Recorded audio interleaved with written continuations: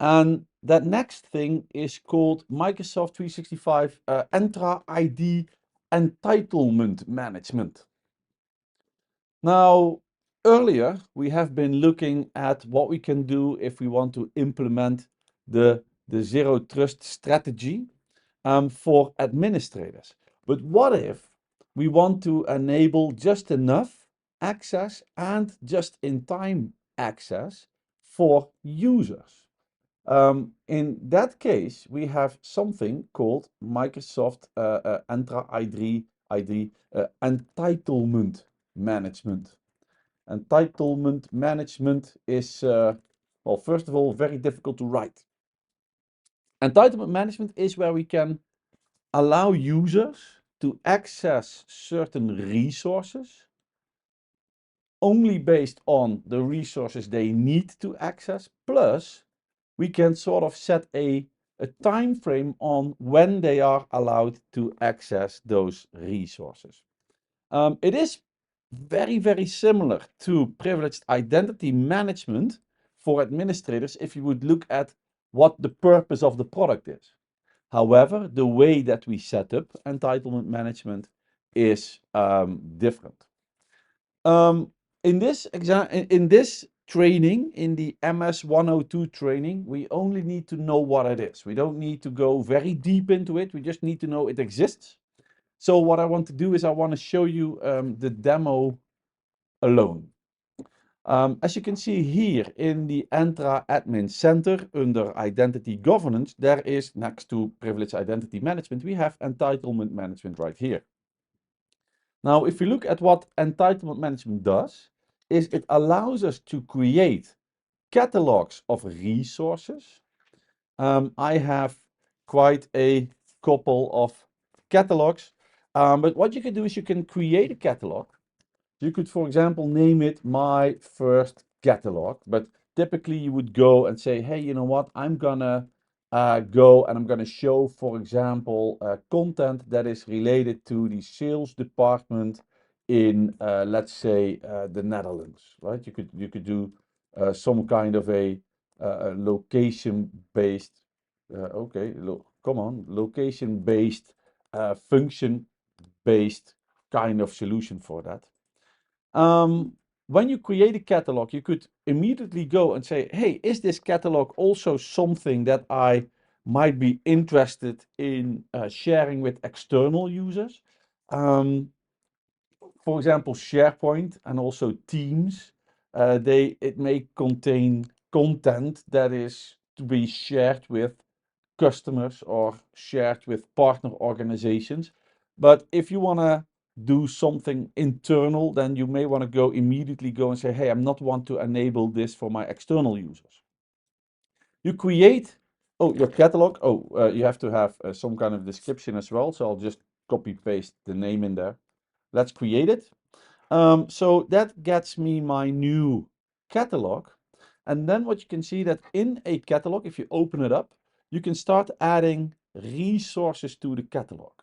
And when we think about resources that we can allow our users or external users access to, is resources that you can find in SharePoint sites, in applications that we are managing using Entra ID. So basically it's about those cloud applications that Entra ID is here for to serve and protect. That would be the Microsoft apps, but also third-party applications or line of business applications. So what we can do is we can assign apps, or we can allow membership of Microsoft 365 groups or Microsoft Teams.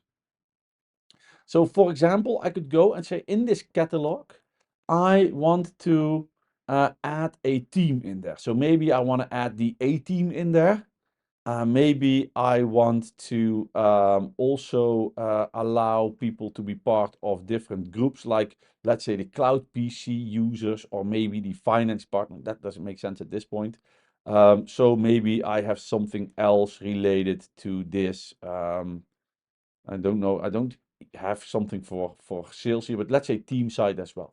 So we have some groups and teams that we can allow well, people to access based on the idea of just in time and just enough access. We can also add applications, and this allows me to just go through all the different applications that I have enabled for the organization. So for example, what I could do is I could go in and say, I have a couple of apps that I want my users to be able to make use of. And we can start pointing to SharePoint sites. Maybe I have a SharePoint site for that A team. Maybe I have a SharePoint site for the finance department, maybe, or maybe something else here. I'm just going to add a couple of sites like this. So these components are now going to be part of my catalog. Now, by just doing this, nothing is actually being exposed to any user yet, other than the default access. Typically, if people are a member of a team, then when creating a team in Microsoft Teams, you will allow people to be member. However, you could, in this case, you could also go and say, hey, but I'm not going to add anyone as a member of this team. I'm going to allow access to the team via entitlement management. And then what we do, so when we have created the catalog, then we can start creating access packages. Oh, by the way, my A-team team is one. The description is the song of the A-team. We know that series with B.A. Baracus and Hannibal. It works. I have no life. Did I mention that I have no life? That's what I do when I when I have no life. So the song is actually the description of the team. So I created the catalog. Then in the catalog, I've added resources. And then what I do is I can create an access package. And an access package is basically a couple of the components of the catalog. So I can select a couple of components. And then based on that, I can allow access to those components. So for example, when I create an access package here, we could go and say, I'm going to go and name this access package number 1.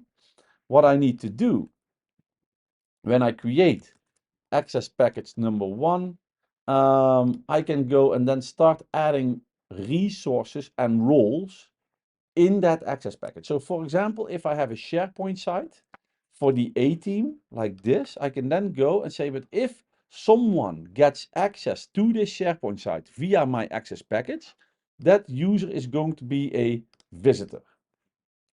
And if I have, for example, another SharePoint site, for this SharePoint site, someone will become a member, which is a different level of access within SharePoint. Or when it comes to applications, we can go and say, okay, but what if someone has access to this exact application? Well, for this application, you will be just a user. And maybe for, if we think about teams, let's say maybe for that A team, people could be part of the A team and they could become an owner maybe. Or, well, let's make it not too happy. Let's make it a member. So like this, I can now create an access package based on a subset of what I have added in my collection. I can then, for each component I add in the access package, I can do some settings. I could also create another access package with maybe the same resources but different permissions. Or I could do this another access package with different resources as well. Just, based on what is in the collection. Then the next part is that, and this is because it is entitlement management, users who need this kind of access, they need to request for it. So a user would need to go and ask access to those resources. A user could go to myaccess.microsoft.com. And once a user signs in into myaccess.microsoft.com, you will see here the access packages that are available for my user at this point. So, and the way that I can then go and access the resources in those packages is by requesting access. And here we can go and configure how we want to make that request happen. Is this for users in my directory only, for users not in my directory, or for nobody? Right? So I can just go say, hey, let's just do it for users in my directory. I can say any user in my directory, or specific users and groups maybe, or all members excluding guests, all users including guests. So just like this, for example, we might want to require approval, and we can have the number of approvers, and we can go in and say who is going to be the approver. So I can go and tell that there is a specific person in the organization here. In this case, that would be me. I am going to be the approver, for example. I have to make a decision within how many days. That is something that we can add in here. So basically what we're doing, we're going to tell how we are going to allow the user to request access. In the next step, you can sort of have the user who is going to request access answer a couple of questions. So for example here, if I want access to the superheroes access package, here what I get to see if I request access, I get some questions here. The first one, this is in Dutch, do you understand computers? Right? And I can say yes, nay, or maybe, yes, no, maybe, right? So I can do this kind of stuff. Do you want to request access for a specific period? And I can set up a start date or an end date and a justification why I want access, or just the justification. And then I can click request access. Now that is what we can configure here. So what kind of information do we want from our user? We can create questions like we can start running a question, and you can say, okay, how are we going to answer this? Short text, multiple choice, long text. You can actually also allow a regular expression pattern to be viewed. So basically what we can do is we can start searching for certain words maybe, or certain strings of text that may be interesting to us. And you can ask if you can tell if this is going to be a required question to answer or not. And just like that, you can sort of create a form for a user. So when they request access, we can review the answers and then choose to accept or not accept. Then in lifecycle, we can also set up an expiration. So the just in time part is, for example, based on a specific date, on a number of days. For example, you can go and say, hey, you will have to request access every 60 days. After 60 days, you will lose access to the resources in this package. Or you can even do this to a number of hours if that is what you want, or never, right? So no expiration. What particular user for the package? It's for the package. So every user that gets the package has to sort of request access. You can enable access reviews. That is, hey, who is going to make use of the package, right? We can monitor that. And then you will create that access package and click, create it. The result will be that you will have an access package like I have here, like I have a few. And those access packages are then going to be enabled for a user. The user can start requesting it, and we can approve it. Depending on who we are, we can approve that from this portal as well. And this allows us to set up just enough access, because in your access packages, you can explicitly say what resources does a user have access to when we are using that access package. And the idea of just in time is something that you want to do because you can then expire the access. And the problem that this solution solves is that users that are in an organization for a long time, they may get new permissions when they get a new role, but people may tend to forget to remove the old permissions that they no longer need for that new role. I have a friend who works at Microsoft since the introduction of 1995, Windows 95. He works at Microsoft for about, close to 30 years. He has been doing a lot of different roles within Microsoft. And because of those roles, every new role gets new permissions and new resources. So maybe in one of his older roles, he had access to the source code of Windows. But maybe now for one of his newer roles, he no longer needs access to the source code of Windows. then of course it's a security breach if we do not clean up the old permissions. But if you would implement this consistently throughout your entire organization, you will automatically clean up after a user, because if someone gets a new role, then the manager of that role is not going to extend permissions for the old permissions because that user moved on. That's the idea.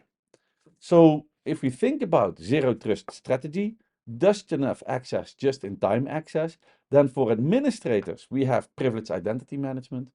For users, we have something called entitlement management.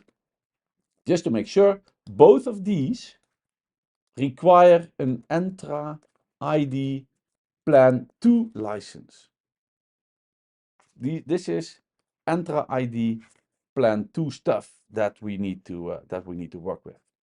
So entitlement management is cool. I can hear you think it's super cool, and yes, you are right, it is super cool.